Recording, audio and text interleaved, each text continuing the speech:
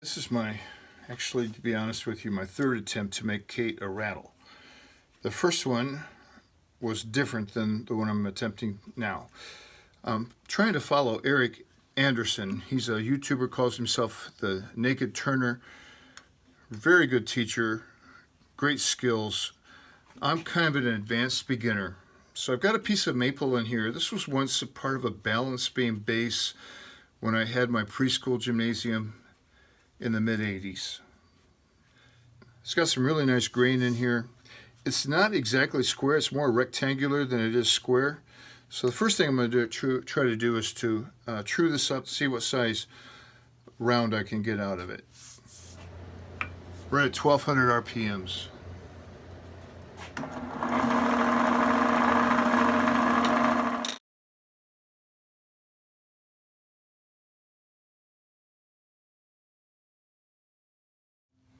I'll take just a little more off of here.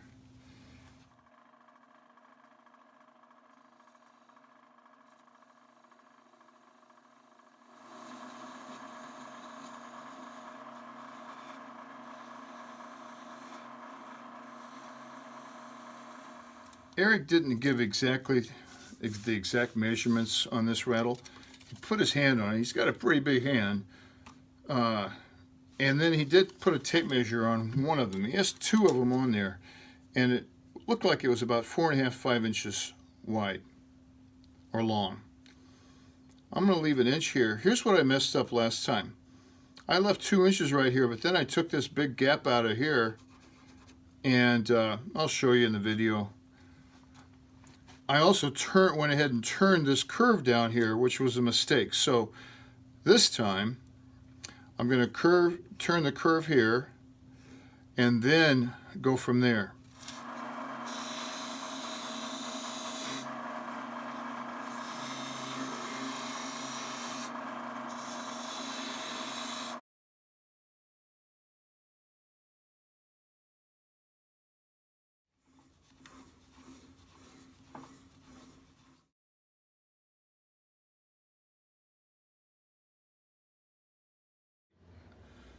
This is going to be the tendon, maybe a little long.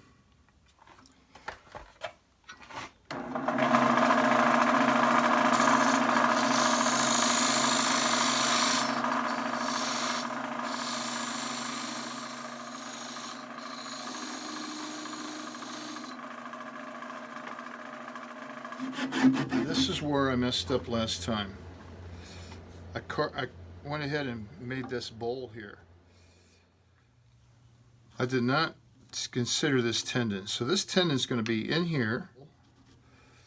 Should stop carving about right there, hollowing out.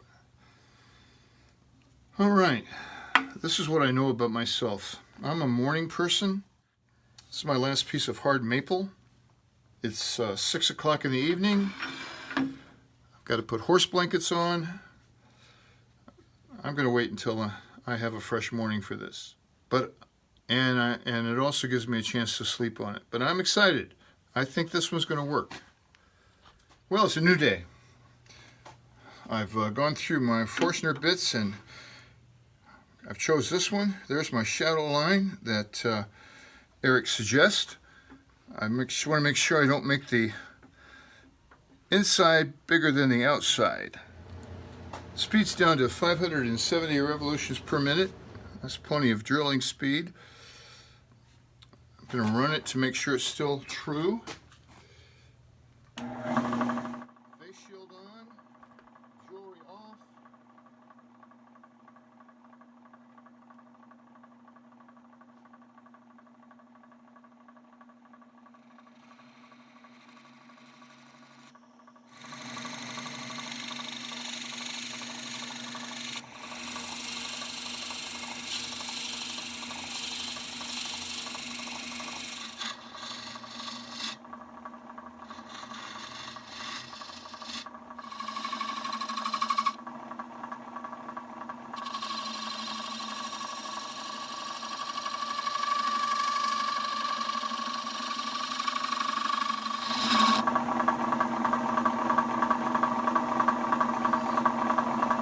The cutter head on here is moving. That's the problem. going to step away and fix it.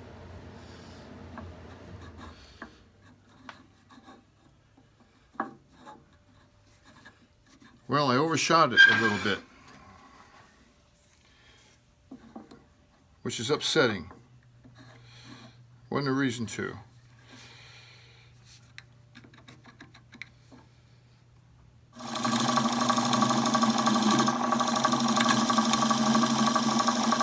Much better.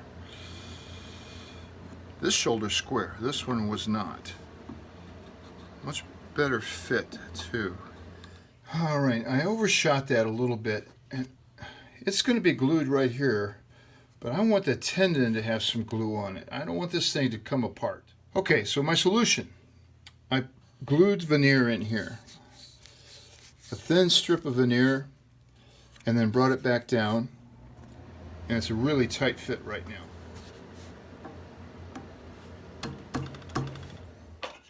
The heater keeps running in the background, but it is below 30 degrees today. We're right at it. I can live with that fit. So I'm ready to take this off and chuck up the other part of the rattle and hollow it. Before I take this off, I'm going to orientate this. This happens to be on top, so I'm just going to mark it that number 3 was right there. That should help me center it.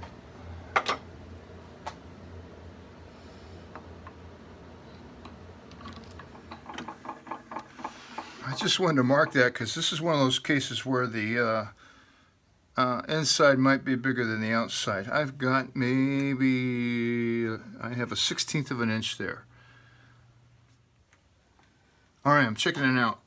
I'm going to switch to a smaller bit. If this thing has any bit of a taper in it at all, I'm going to drill that right off of there.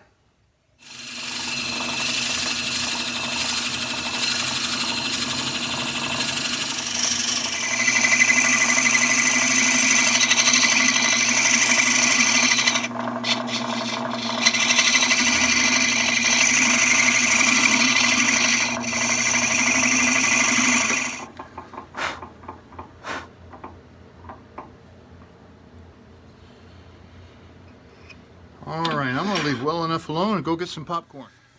All right, there are 20, and Erik, I think, used 18, 19, I'm not sure.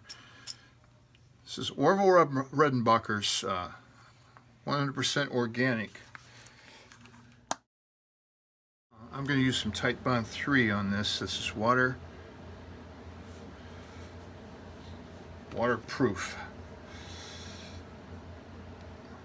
But this is going to have some pressure on it. Try not to get any on the popcorn.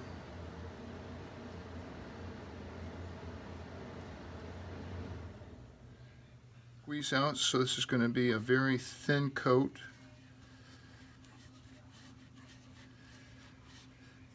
Not sure how effective it is with the super glue on there. I know it's not going to soak into the pores. Let's just lose one. I've just lost one.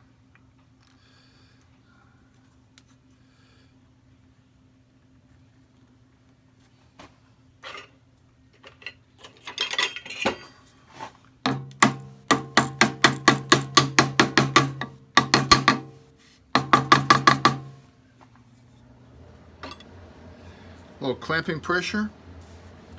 That's not going anywhere.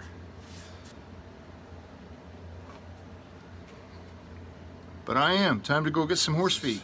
Set up, and as Erik pointed out in his excellent video, there's really no need for this to set up because it's got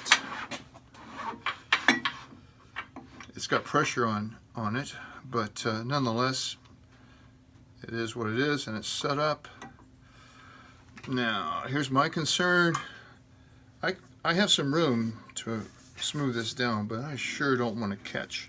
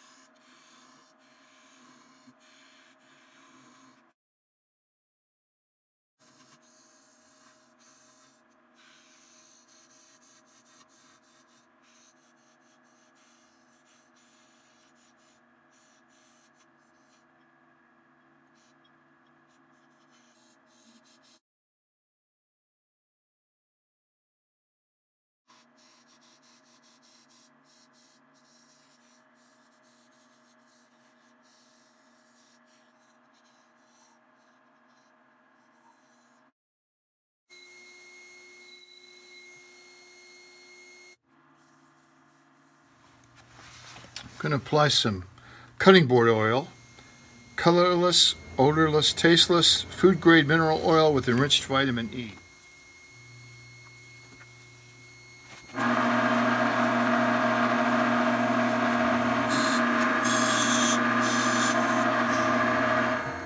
I did it. Some hand sanding. Very subtle, but I like it. I like it a lot. Thanks, Erik.